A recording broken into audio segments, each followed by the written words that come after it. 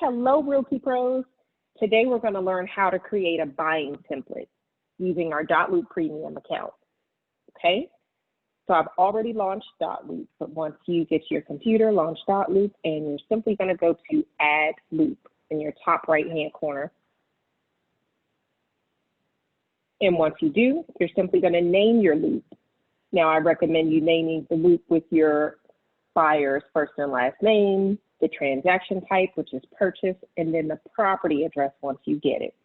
So we're going to name this loop Brianna Buyer Purchase.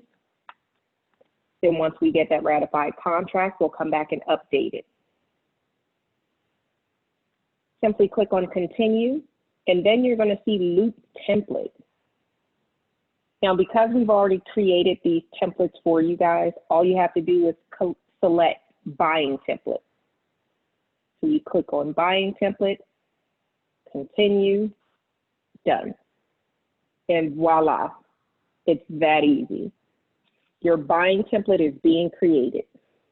So next, you're going to click on the actual template itself, and you're actually going to go in and prepare the documents. Now, as you can see, this buying template has already provided for you a folder with all of your buyer agency documents at the top, as well as all of your offer documents, and then there's several others beneath it. But today we're going to focus on preparing your buyer agency documents, okay? So now that you have this buyer loop created, you're going to select loop status. This is pre-offer. And one of the most important features is this View Details tab. So you're going to click on this View Details tab because this is where you're going to put all of the information that you want to autofill into your documents. All right, so as you can see, under People, it has Admin for Porterhouse International Realty Group. But what you're going to do is you're going to update that, and you're going to put Porterhouse as the buying broker. You're going to add your buyer, Brianna Buyer, as a buyer. And of course, you're going to put her email address there. Now, because this is just for the sake of our training today, Brianna is not a real person, nor does she have a real email address, but we're going to go ahead and save that. We're going to add another person, and that's going to be yourself.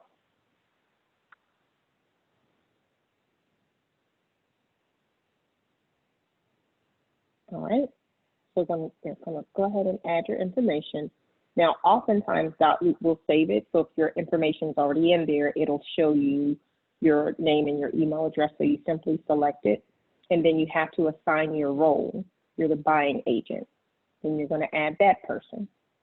Now, when you go back, you should see your buyer, yourself, and the buying brokerage. All right? Once you get to submitting an actual offer, you'll come back here because you're going to have to add persons for the other side of the transaction, such as the seller, the listing agent, and the listing brokerage. But for now, we're simply going to work with the people we have for your buyer brokerage agreement. All right, so now that you have Brianna Buyer's information added, you're going to click on Edit, and you're going to complete everything that's in here for Brianna. So we have Brianna Buyer at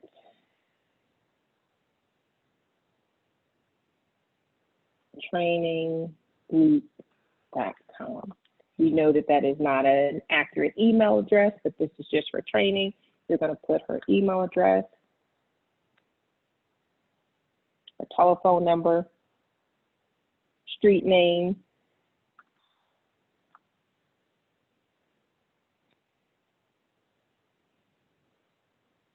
make sure you put everything in the appropriate places, her city.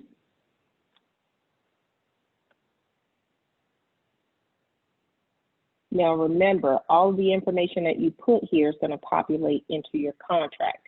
So you want to make sure to be as detailed as possible, because that's exactly what you're going to need in order to complete your contract without having to scroll down all the documents and typing it in.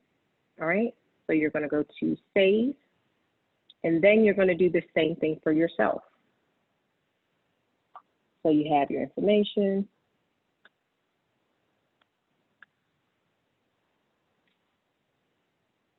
company name, Porterhouse International Realty Group, street name and number, unit number 150, and so forth and so on.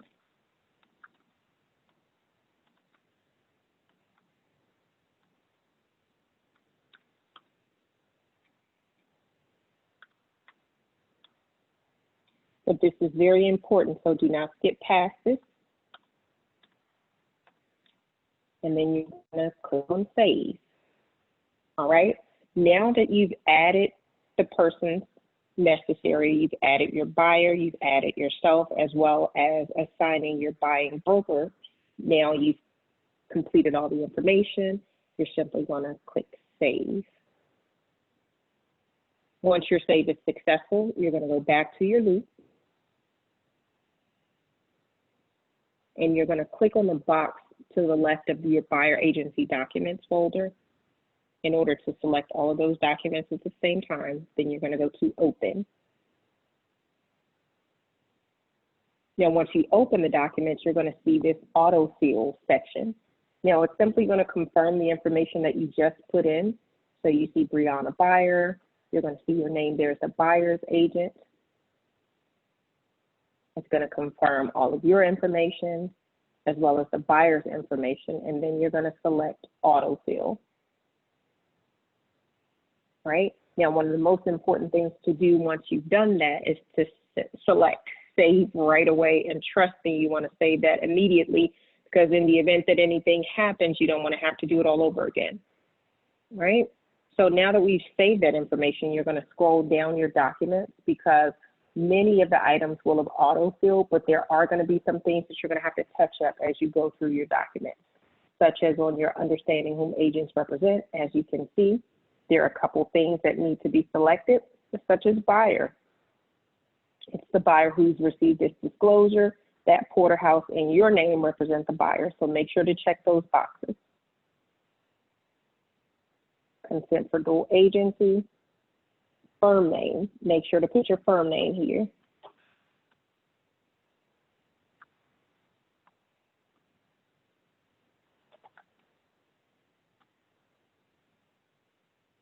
All right. Porterhouse is representing the buyer. Now pay attention here, because for whatever reason, Dotloop assigns the field below this black line that says affirmation of prior consent to dual agency, but it's actually supposed to be the one above it. So you're going to assign the field above it to your buyer, and you're going to deselect the field below it. You're going to assign that one to no one. All right. Scroll on down to the next page. And if you are working together with a team member, then you want to go ahead and assign this to your buyer, and the next field to no one. All right. Now we've gotten to our buyer brokerage agreement. Select today's date. Now here's the information that you have already put into your View Details tab. So this information has auto-populated or auto-filled into your document. So that's going to save you a lot of time. So you just want to go down and scrub this document, because now there are a couple of fields that do not auto-populate. So you're going to need to click on them and edit them, such as the type of property that your buyer is looking to purchase. You're simply going to type that in, residential. All right. Your expiration date of your contract, so the date that your buyer brokerage agreement begins and the date that it ends.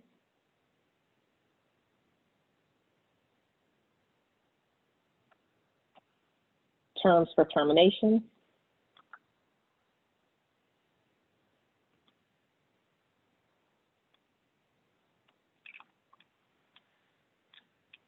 All right, now we go through all of the specifics of these documents in another video. So for today, we're simply filling them in to teach you how to complete the documents themselves. All of the language and legalese we go through in another one of our trainings, which hopefully you'll click on after this one. But so to make sure your documents are complete, always fill in section 7 as well, because this is the broker's compensation. make sure that you fill in both the top as well as the bottom of this. So you're going to edit this and put what your buying brokerage commission should be. And that's going to be your 3% plus your brokerage fee. And you must put 3% on every one of your buyer brokerage agreements, irregardless as to what the seller's offering. Your agreement is with the buyer before you ever get to a property. All right. Then just as importantly, you want to make sure that you select this portion and fill in whatever your terms are in the event that your buyer turns into a tenant. Now, most of the time that will not happen, but in some instances, something will happen. The buyer will need to end up renting a unit. And in this case, you want to make sure that your payment is already highlighted in your buyer brokerage agreement, which will be 1/2 month rent plus your brokerage fee for tenants, which is $150. All right, so scroll on down and simply select whichever addenda are applicable and save it. So now you are almost finished. Our last step is just going to be to go back through the document, verify that everything is complete, and then make sure that the document is presentable. So as you can see, we have the brokerage information as well as the buying agent's information. We're simply going to center it and bold it just to make sure it's nice and neat there. We're going to do the same thing with the firm name here, center and bold. We have the check boxes in the appropriate places. Buyer's name is assigned there. We're verifying that as we go through the document. All of the appropriate information is here.